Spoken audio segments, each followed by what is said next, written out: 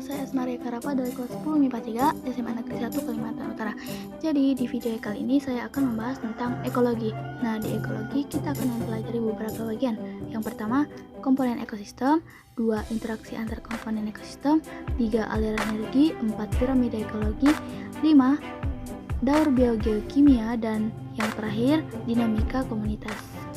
Oke, langsung aja kita masuk ke materi. Ekologi adalah ilmu yang mempelajari hubungan saling ketergantungan atau hubungan timbal balik antara makhluk hidup dengan lingkungan tak hidup dalam suatu ekosistem. Nah, ekosistem itu apa sih? Ekosistem adalah sistem di mana terjadi hubungan atau interaksi saling ketergantungan antar komponen-komponen di dalamnya, baik berupa makhluk hidup maupun makhluk yang tak hidup. Kita masuk ke bagian yang pertama, komponen ekosistem. Jadi, komponen ekosistem dibagi menjadi dua. Ada komponen abiotik dan komponen biotik. Nah, komponen abiotik merupakan komponen penyusun ekosistem yang bukan berupa makhluk hidup, baik komponen fisik dan kimiawi, yang berada pada suatu ekosistem sebagai medium untuk berlangsungnya suatu kehidupan. Contohnya adalah udara, air, tanah, garam mineral, sinar matahari, suhu, kelembapan, derajat keasaman atau pH, dan topografi. Sedangkan komponen biotik merupakan komponen berupa makhluk hidup. Nah, contohnya adalah hewan, tumbuhan, dan organisme-organisme lainnya. Komponen biotik dalam ekosistem dibedakan menjadi dua, yaitu autotrof dan komponen heterotrof. Komponen autotrof atau yang dapat berfotosintesis atau menghasilkan makanannya, misalnya dari fitoplankton, ganggang, tumbuhan lumut, tumbuhan paku, dan tumbuhan berbiji. Sedangkan komponen heterotrof contohnya adalah hewan, baik hewan karnivora, herbivora, serta dekomposer atau pengurai. Lanjut ke bagian yang kedua, interaksi antar komponen ekosistem. Jadi, interaksi antar spesies dalam ekosistem dibedakan jadi beberapa jenis. 1. Netralisme. Netralisme adalah interaksi antara dua atau lebih spesies yang masing-masing tidak terpengaruh oleh adanya asosiasi. Jadi, tidak ada yang untung ataupun yang rugi. Contohnya adalah sapi dan kucing. 2. Kompetisi atau persaingan. Kompetisi adalah interaksi antar dua atau lebih spesies yang saling menghalangi. Hal ini terjadi karena masing-masing spesies memiliki kebutuhan yang sama, sehingga mereka bersaing memperebutkan sesuatu yang diperlukan untuk hidupnya. Misalnya pada kelinci dan ulat yang memperebutkan makanan berupa wortel. Kompetisi ini dibedakan menjadi dua macam. Yang pertama, kompetisi intraspesifik, yaitu persaingan antar organisme dari spesies yang sama, dan kompetisi interspesifik, yaitu persaingan antar organisme atau individu yang berbeda spesies. 3. Komensalisme, yaitu interaksi antar dua atau lebih spesies yang salah satu pihak diuntungkan namun yang lain tidak dirugikan. Contohnya, tumbuhan paku dan anggrek yang hidup pada pohon. 4. Amensalisme, yaitu interaksi antar dua atau lebih spesies yang salah satu pihak tidak dirugikan dan pihak lain tidak merasa diuntungkan. Contohnya, rumput dan tumbuhan di sekitarnya. Kelima, parasitisme, yaitu interaksi antar dua spesies atau lebih yang berakibat salah satu pihak dirugikan dan yang lain diuntungkan. Contohnya adalah tali putri yang menempel pada tanaman yang lain. 6. Predasi atau pemangsaan, yaitu interaksi makan dan memakan antar organisme.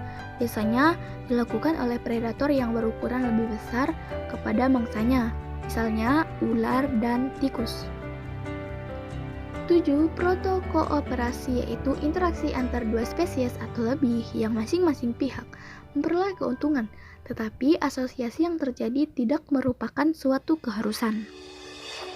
Dan yang kedelapan adalah mutualisme, yaitu interaksi antar dua spesies atau lebih yang masing-masing pihak memperoleh keuntungan dan saling membutuhkan, sehingga asosiasi tersebut merupakan keharusan. Next ke bagian yang ketiga, aliran energi. Nah, kalian tahu Bukan, energi adalah kemampuan untuk melakukan kerja. Nah, aliran energi dan siklus materi dalam ekosistem terjadi melalui rantai makanan dan jaring-jaring makanan. Rantai makanan itu adalah jalur perpindahan atau transfer energi dari satu tingkat tofik ke tingkat tofik berikutnya melalui peristiwa makan dan dimakan. Semakin pendek rantai makanan, semakin besar energi yang dapat disimpan oleh organisme di ujung rantai makanan. Rantai makanan yang dimulai dari organisme produsen atau tumbuhan hijau disebut rantai makanan perumput. Nah, ini contoh gambarnya. Dan rantai makanan yang dimulai dari detritus disebut rantai makanan detritus. Nah, ini contoh gambarnya. Jaring-jaring makanan merupakan gabungan dari berbagai rantai makanan yang saling berhubungan dan kompleks. Nah, semakin kompleks jaring-jaring makanan yang terbentuk, semakin tinggi tingkat kestabilan suatu ekosistem. Nah, jadi kita harus jaga kestabilan ekosistem ya guys. Oke, ini contoh gambar jaring-jaring makanan. Oke, next ke bagian yang keempat, piramida ekologi. Piramida ekologi adalah susunan tingkat tofik atau tingkat nutrisi atau tingkat energi secara berurutan menurut rantai makanan atau jaring-jaring makanan dalam ekosistem. Nah, piramida ekologi ini berfungsi menunjukkan perbandingan antara tingkat tofik yang satu dengan tofik yang lain. Piramida ekologi ini ada beberapa jenis. Yang pertama, piramida jumlah. Nah, ini contohnya ya guys.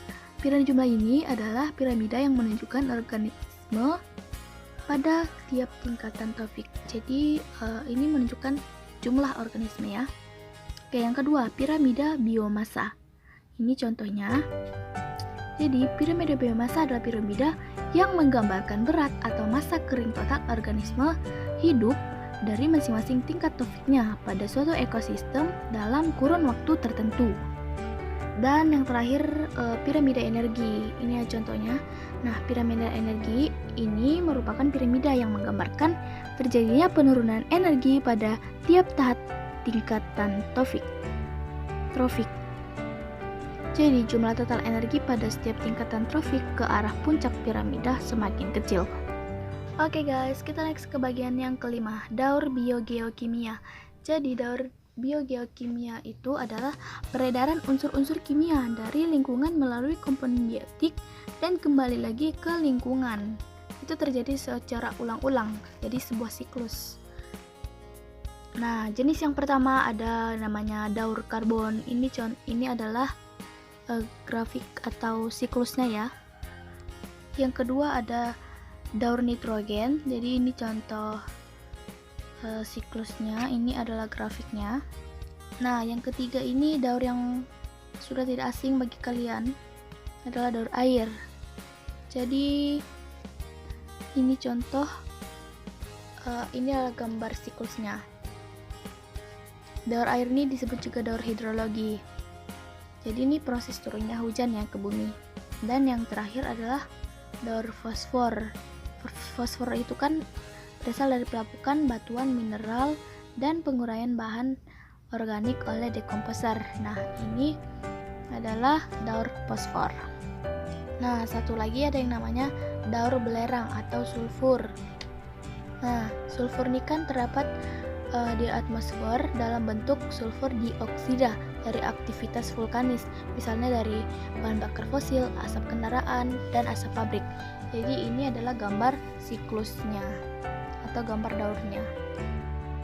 Oke, next kita lanjut ke bagian yang terakhir, dinamika komunitas.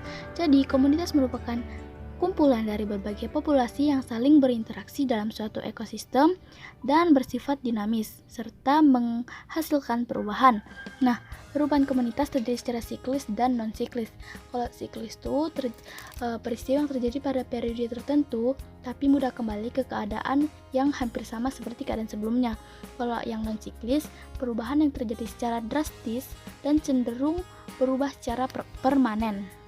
Nah, perubahan komunitas dalam ekosistem dikenal dengan suksesi. Suksesi adalah proses perubahan komunitas yang berlangsung secara lambat dan teratur dalam waktu yang lama menuju ke satu arah hingga terbentuk komunitas yang kompleks. Suksesi dibedakan menjadi dua. Yang pertama, suksesi primer adalah suksesi yang terjadi pada lahan atau wilayah-wilayah yang mula-mula tidak bervegetasi atau lahan yang pernah bervegetasi, tetapi mengalami gangguan berat hingga komunitas asal hilang secara total atau tidak ada lagi kehidupan. Gangguan berat tersebut antara lain letusan gunung berapi, gempa bumi, tanah longsor, dan endapan lumpur. Sedangkan suksesi sekunder adalah suksesi yang terjadi pada lahan atau wilayah yang pada awalnya telah bervegetasi sempurna, kemudian mengalami kerusakan, tetapi tidak sampai menghilangkan komunitas asal secara total. Oke, sekian video ekologi dari saya, semoga bermanfaat dan mohon maaf apabila ada salah kata. Sampai jumpa di video berikutnya.